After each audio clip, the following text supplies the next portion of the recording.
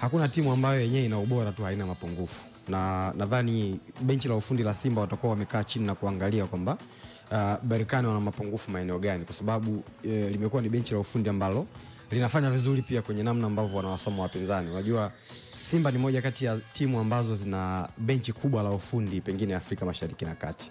Kwenye nchi yetu inaweza ikawa ndio timu ambayo ina benchi kubwa zaidi la ufundi kwa maana ya idadi ya watu pale kwenye benchi. Wana watu zaidi ya 18 ambao wanahusika na masuala ya technical. Kwa hiyo nina imani kwamba hicho ni kitu ambacho watakuwa wamekifanya vizuri sana.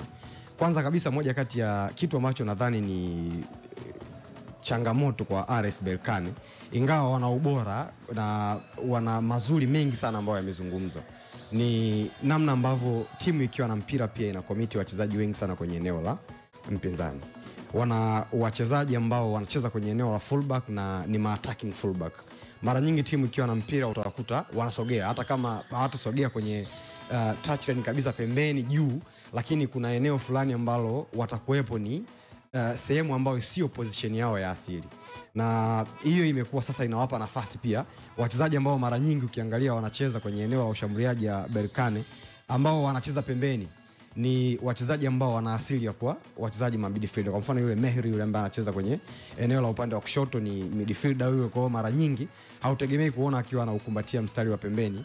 Lazima atakuwa anacheza kwenye eneo la half space pale kuhakikisha kwamba ana influence mchezo kwenye lile eneo. Kwa hiyo automatically anampa nafasi fullback wake kuweza kuoverlap.